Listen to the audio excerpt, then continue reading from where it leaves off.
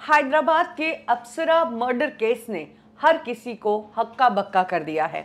इस केस की सच्चाई जब खुद पुलिस को पता चली तो पुलिस के पैरों तले जमीन खिसक गई, क्योंकि पुलिस ने भी आज तक इस तरह का केस नहीं देखा था। एयरपोर्ट के पास वाले पुलिस स्टेशन पर 5 जून को एक आदमी पहुंचता है, पुलिस को रिपोर्ट लिखवाता है कि मेरी भांजी अप्सरा 3 तारीख को अपनी सहेली के यहाँ गई थी। वो ना तो सहेली के घर पहुंची है, ना ही खुद के घर लौटी है, और उसका मोबाइल भी स्विच ऑफ है। आप प्लीज उसे ढूंढिए, वो कहाँ पर है। पुलिस उसी आदमी से लड़की के बारे में पूछताछ करती है कि अप्सरा को आपने आखिरी बार कब देखा था। तो वो आदमी बताता है कि अप्सरा मेरी भांजी थी। 3 जून को मैंने उसे शमशाबाद इलाके में छोड़ा था, क्योंकि उसे भद्रांचलम में अपनी सहेली के पास जाना था। मैं उसे छोड़कर निकल गया था, लेकिन उसके बाद ना उसका फोन लगा, ना ही वो सहेली के यहाँ पहुंची है। मेरी बहन बहुत चिंतित है अपनी बेटी की गुमशुदगी को लेकर। पुलिस ने जांच शुरू की, ढूंढना शुरू किया। अप्सरा का कुछ पता नहीं चला।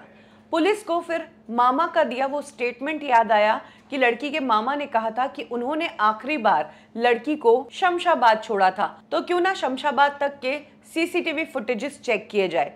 पुलिस ने जब सीसीटीवी फुटेजेस चेक किए तो वहीं से पुलिस को पहला क्लू मिल गया। पुलिस को ये पता चला कि मामा ने शमशाबाद में लड़की को छोड़ा ही नहीं था, और उसके बाद पुलिस ने मामा को ही आड़े हाथों लिया। जैसे ही मामा पर सुई अटकी पुलिस की, तो मामा अपने बयान बदलने लगा। इस जगह नहीं उस जगह छोड़ा, ऐसे पुलिस को गुमराह करने लगा।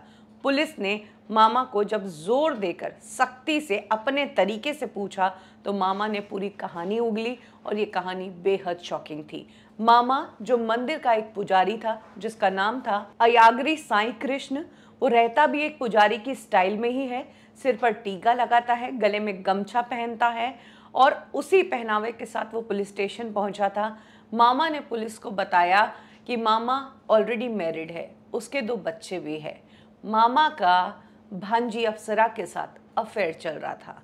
इस अफेयर को लंबे समय तक मामा ने सभी से छुपा कर रखा, लेकिन पिछले कुछ समय से अप्सरा मामा के साथ घर सेट होने की और रिश्ता ऑफिशियल करने की बात कह रही थी। अब क्योंकि मामा ऑलरेडी मैरिड है तो वो शादी तो नहीं कर सकता।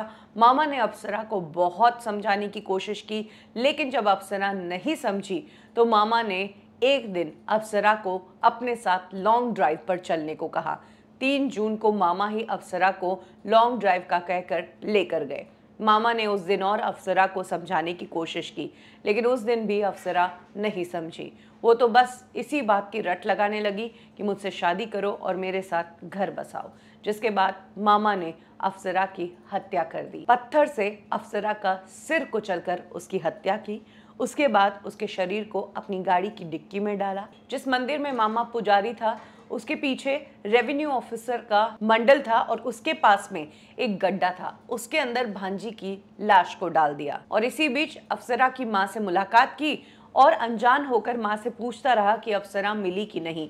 माँ ने कहा अप्सरा नहीं मिली, तो मामा ने खुद जिम्मेदारी ली कि मैं अप्सरा को ढूंढ कर लाऊंगा। माँ को विश्वास दिलाया कि मैं पुलिस में कंप्लेंट करूंगा और पुलिस इस मामले की छानबीन करेगी। जिसके बाद मामा पुलिस स्टेशन गया और पुलिस में रिपोर्ट लिखवाई। इधर जिस गड्ढे में अप्सरा की बॉडी को मामा ने ठिकाने लगाया था, उस गड्ढे से बदबू आने लगी थी। जिसके बाद मामा ने एक और तरकीब अपनाई।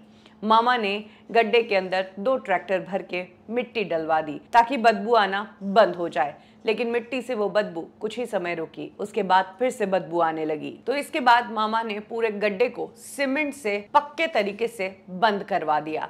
लेकिन इसी बीच पुलिस की सुई मामा पर अटकी। मामा से पुलिस ने सच उगलवाया और पुलिस ने मामा को गिरफ्तार किया, और मामा के बताए जगह पर जब खुदाई की गई तो वहां से अप्सरा की बॉडी मिली।